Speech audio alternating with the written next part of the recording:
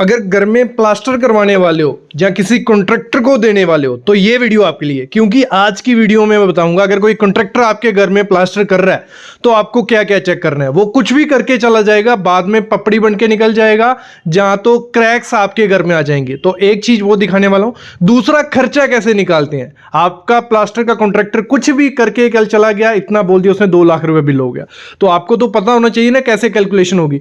तो वो भी इस वीडियो में सीखोगे। सैंड कितनी लगेगी, रेत कितनी लगेगा, बालू कितना लगेगा वो निकालना सीख जाओगे, सीमेंट कितना लगेगा। बहुत इंपॉर्टेंट वीडियो है, कंप्लीट समझा दूंगा 10 से 15 मिनट में। आपका ब्रिक वर्क हो गया, उसके बाद आपका प्लास्टर का काम है। तो क्यूरिंग आपको कर देनी है। प्लास्टर करने से पहले दीवारें आपकी बिल्कुल एकदम तर होनी चाहिए। वो ये नहीं है कि जब आप प्लास्टर करो तो जो आपका ब्रिक होगा वो प्लास्टर में से पानी खींचेगा और उससे श्रिंकेज क्रैक्स हो जाते हैं। प्लास्टर में छोटे छोटे क्रैक्स आपको दिखेंगे।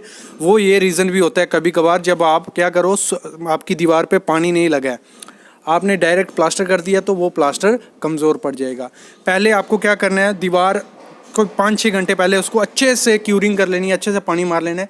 थोड़ी थोड़ी जब वो सूख जाए तो आपको स्लरी, जैसे नीरू जिसे हम बोलते हैं, वो आपको डाल देना है। सीमेंट और पानी को मिक्स करके स्लरी जैसे बना के वो दीवार पे डाल देनी है। उसके बाद आपको प्लास्टर स्टार्ट करना है। फिर आपको जो सैंड यूज़ करनी है और जो सीमेंट यूज़ करना है, ये भी मेन चीज़ है क्रैक्स आने का। आपको जो सैंड यूज़ करनी है वो आपकी अच्छी सैंड होनी चाहिए, जिसमें सिल्ट कंटेंट कितना 6% से कम हो। वो ये आप घर पे भी चेक कर सकते हो सिल्ट कंटेंट, उस पर मैं वीडियो बनाया था टेस्ट पे।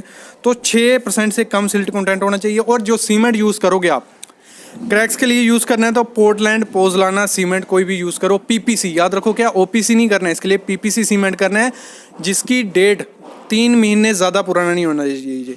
3 महीने से ज़्यादा अगर वो पुराना हुआ तो वो एक्सपायर की तरफ बढ़ चुका है, उसकी स्ट्रेंथ डिक्रीज हो रही है और उसमें क्रैक्स होने के चांसेस भी काफ़ी ज़्यादा बढ़ जाते हैं। 2 चीज़ें आपको देखनी है और सैंड को अच्छा छान के आपको फिर उसके साथ वो करना है।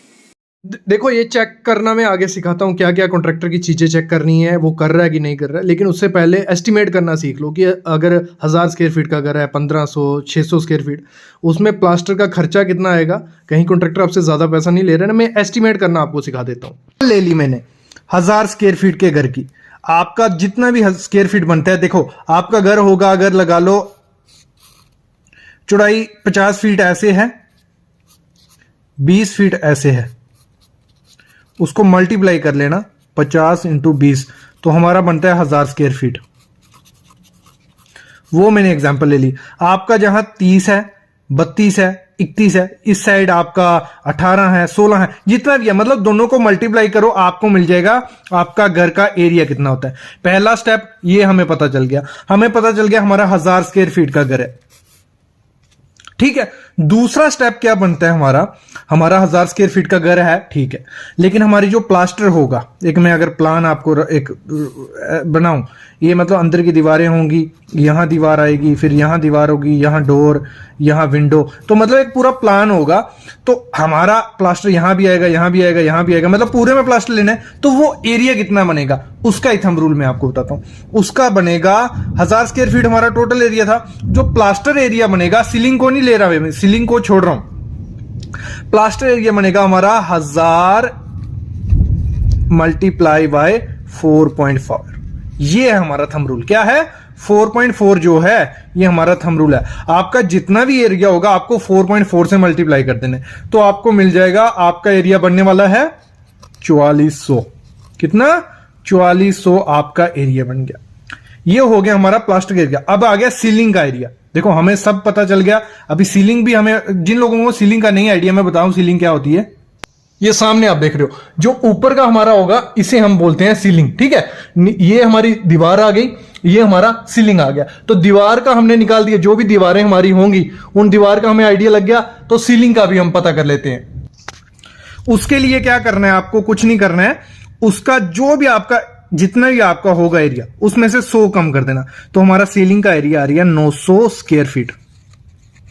कितना, 900 स्क्वायर फीट। ये सिर्फ मैं किसके बता रहा हूं, रेजिडेंशियल जो घर होंगे उस हिसाब से। क्योंकि देखो जहां हॉल, अगर बड़ा सा हॉल बना रहे हो तो उसमें दीवारें नहीं होंगी, तो प्लास्टर थोड़ा कम होगा उसमें, ठीक है। ये चीज भी ध्यान रखना। फिर हमें सीमेंट कितना लगेगा, रेट एनालिसिस में आगे करने वाला हूं। सीमेंट हमें कितना लगेगा, 1000 स्क्वायर फीट का हमारा घर है, हमने लिख दिया 1000 यहां। मल्टीप्लाई जो हमारा थंब रूल है, ये रामबाण है, ये चीज इसी से सब कुछ निकलेगा। ये याद करना है या नोट करके रख लेना या वीडियो को डाउनलोड सेव करके रख लो।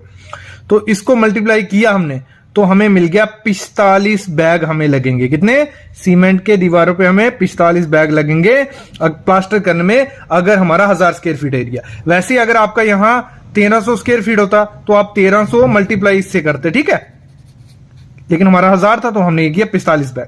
फिर हमारा सीलिंग में भी प्लास्टर होगा ना, ये हमने लिया दीवारों का, सीलिंग में 1000 स्क्वायर फीट। ये थंब रूल है एक। अगर आपका हो कि इसी के सर पे पूरा कॉन्ट्रैक्ट या टेंडर भर लोगे, नहीं, ये थंब रूल है। थोड़ा बहुत आगे पीछे जाता है, भर सकते हो, लमसम भी क्वांटिटी होती है उसमें भी। तो ये हमारा आ जाएगा 5 बैग हमारा सीलिंग में लगेंगे। एक चीज मैं आपको बताना रह गया, ये जो हम प्लास्टर कर रहे हैं ये मैंने लिया है आपका 13 से 15 mm प्लास्टर चढ़ेगा हमारा। कई जगह हमारा 13 mm चढ़ेगा, कई जगह हमारा 14 mm चढ़ेगा, कई जगह 15 mm। और जो रेशो ली है वो लिए 1:5। मोस्टली यही प्लास्टर आपको सही रहता है, इससे ना कम करो। 1:4 का करोगे तो बहुत ज्यादा हो जाएगा। तो 1:5 का प्लास्टर आपको करना और 15 mm से ज्यादा प्लास्टर मत चढ़ाना। 5 बैग आगे। और जो सीलिंग में होगा प्लास्टर वो होगा हमारा 6 mm। 1:5 ही रहेगा लेकिन 6 mm प्लास्टर चढ़ाना है। देखो जितना मोटा प्लास्टर आप सीलिंग में चढ़ाओगे उतना पपड़ी बन के गिरने के चांसेस रहते हैं, तो इतना ही चढ़ाना है। फिर जो सैंड की क्वांटिटी है वो हमारी कितनी लगेगी, वो करेंगे हम 1000 इंटू 0.24। तो हमें मिल जाएगा 240 CFT क्यूबिक फीट हमें सैंड लगेगी। आपका जितना भी एरिया होगा 1200 1300 उसको मल्टीप्लाई कर देना 0.24 से, तो प्लास्टर करने में इतनी सैंड हमें लगने वाली है। जो सीलिंग के लिए सैंड लगेगी वो हम कर लेते हैं 1000 इंटू 0.024। तो हमें आगे 24 CFT हमारी सैंड लगेगी। यहां तक क्लियर हो गया। अभी आते हैं हम रेट पे। जो प्लास्टर करने का रेट लेती है लेबर, वो लेती है कई जगह 12, कई जगह 13। तो मैं मैक्सिमम पकड़ लेता हूं 14 रुपये रेट आपको देना है पर स्क्वायर फीट के हिसाब से। ज्यादा क्यों लिया मैंने, क्योंकि सीलिंग के लिए कुछ लोग ज्यादा मांगते हैं, बोलेंगे दीवार पे हम 12 रुपए कर देंगे, सीलिंग पे हम 15 रुपए लेंगे। तो 14 रुपए पर स्क्वायर फीट के हिसाब से मैंने रेट पकड़ लिया। वैसे ही यहां भी 1400 पकड़ लेते हैं हम। सीमेंट का जो रेट क्या चल रहा है वो 430 रुपए बैग चल रहा है। अच्छा सीमेंट यूज करो। 43 इसमें करना है पोर्टलैंड पोजलाना सीमेंट, पीपीसी आपको यूज करना है। उसका 30 या 43 ग्रेड रहता है। आप अल्ट्राटेक का यूज करो, आप एसीसी का यूज करो, किसी भी कंपनी का यूज करो। उसकी डेट देख लेना और ISO सर्टिफाइड होना चाहिए। और एक चीज देख लेना कहीं डुप्लीकेट सीमेंट नहीं है, क्योंकि बैग वही होते हैं, अंदर कुछ माल हो कुछ होता है। टेस्ट वेस्ट कर लेना, वो हमारे पास वीडियोस हैं, आप प्लेलिस्ट में जाना वो वीडियोस मिल जाएंगी। फिर सीलिंग सीमेंट का रेट भी सेम ही है, वही सीमेंट लगा रहे हैं 430 रुपए। सैंड का रेट, सैंड का रेट कई जगह 65 है। अच्छी सैंड एम सैंड आपको यूज करनी है तो वो आपको 65 रुपए पर CFT मिलेगी। और सीलिंग ये भी आ गई CFT, ठीक है। फिर आते हैं हम यहाँ 4400 हमारा आया था। हमारा एरिया कितना बन रहा था 4400, इसको मल्टीप्लाई कर देंगे 4400 मल्टीप्लाई बाय 14। तो हमें कितना मिल जाएगा, हमारा 61,600 रुपया हमें लेबर खर्चा पड़ जाएगा। लेबर कॉस्ट बताई मैंने, ये हमारी लेबर का खर्चा कितना 61,600 रुपया। और वैसे हम यहां करेंगे 900 हमारा था इंटू 14 करेंगे तो 12,600 रुपया हमारा इसमें लग जाएगा सीलिंग के प्लास्टर में। फिर सीमेंट हमारा 45 बैग आए थे, 45 इंटू 430 रुपए का बैग हमने ले लिया। आपका जितना भी रेट हो आप उतना रेट जोड़ लेना। वो आगे हमारा अप्रॉक्स 19,350 रुपये वो हमारा खर्चा पड़ जाएगा। फिर हमारा सीलिंग के प्लास्टर कितने 5 बैग आए थे, 5 इंटू 430 हमने किया तो 2150 हमारा उसका खर्चा आ गया। फिर हम आगे बढ़ते हैं। सैंड हमने हमारी 240 CFT आई थी, 240 इंटू 65 हम करते हैं तो हमारा कुछ आता है 15,600 रुपए का हमारा सैंड आएगी। और सीलिंग के लिए सैंड कितनी आएगी, कितनी आई थी 24 CFT थी, 24 इंटू 65 हो गया हमारा 1560 रुपया कुछ अप्रोक्स। तो इन सबको हम टोटल कर लेते हैं, हमें मिल जाएगा हमारा टोटल खर्चा कितना बढ़ने वाला है। तो वो आएगा हमारा 1,12,860 रुपया। मतलब 1,13,000 रुपया हमारा कुछ खर्चा आने वाला है अगर 1000 स्क्वायर फीट का घर है आपका। इससे आप खर्चा निकाल सकते हो। लमसम आपका पूरा सेम आएगा। अभी चेक करते हैं कि कॉन्ट्रैक्टर की क्या क्या बातें चेक करनी है, प्लास्टर कहीं वो खराब नहीं कर रहा है। क्रैक्स क्यों आते हैं और प्लास्टर अगर हम सही से करेंगे, देखो अगर हम प्लास्टर सही से नहीं करेंगे, मोटा प्लास्टर चढ़ेगा अगर, ऐसे हमारी कितनी होती है उसकी थिकनेस होती है उसकी 10 से ज़्यादा 15 mm मैक्सिमम, सिंगल कोड में 10 से 15 mm। अगर उससे ज़्यादा हम वो करेंगे प्लास्टर तो वो क्रैक्स और निकलने के चांसेस काफ़ी ज़्यादा हो जाते हैं। तो इसीलिए आपको क्या करना है, प्लास्टर करने से पहले आपको जो ठैया रहता है, उस पर वीडियो लाया था परसों चौथ में, प्रैक्टिकल वीडियो, ठैया मार लेना है पूरे रूम में प्रॉपर की, हर जगह प्रॉपर जो हमारा प्लास्टर आए वो प्रॉपर तरीके से आए, ज़्यादा नहीं आए। अगर बाई चांस कहीं जगह पे 20 से 30 mm आपका प्लास्टर चढ़ रहा है, कुछ रीज़नों से चढ़ जाता है कि दीवार अच्छे से नहीं की है, तो वहाँ पे आपको डबल कोट करना है। सिंगल कोट रफली मार लो, उसके 24 या 48 घंटे बाद दूसरा कोट करो, फिनिश वाला कोट। तो मतलब एक कोट में कभी भी उस प्लास्टर को आपको नहीं करना है, तो वो क्रैक्स आपके बढ़ सकते हैं अगर आप एक साथ में वो करोगे। देखो अभी बढ़ते हैं हम आगे। आगे आपको क्या देखना है, जब भी आपका ब्रिक वर्क कंप्लीट हो, जो हमारे फेस होते हैं, जहाँ पे हमारा कॉलम है और उसके साथ ब्रिक वर्क है, जहाँ बीम है उसके साथ ब्रिक वर्क है, जहाँ आपने कंड्यूट पाइप्स जो होती हैं वहाँ पे आपने पाइप डाली, क्योंकि हमारे रूम की वॉल्स में पाइपें तो आएंगी, इलेक्ट्रिक की पाइपें जो रहती हैं वो डालोगे आप, तो उसके ऊपर आपको कभी भी डायरेक्ट प्लास्टर नहीं करना है। दो चीज़ें यूज़ करनी है, एक तो जो हमारी मुर्गा जाली या वायर मैश जैसे हम बोलते हैं, चिकन मैश, जो जाली आप सामने देख रहे हो, ये आपको कहाँ कहाँ लगानी है, जहाँ भी आपका जॉइंट बन रहा है ब्रिक वर्क का और कॉलम का, वहाँ पे आपको वायर मैश लगानी है। जहाँ आपने इलेक्ट्रिक पाइप या कंडक्ट पाइप डाली वहाँ आपको वायर मैश लगानी है।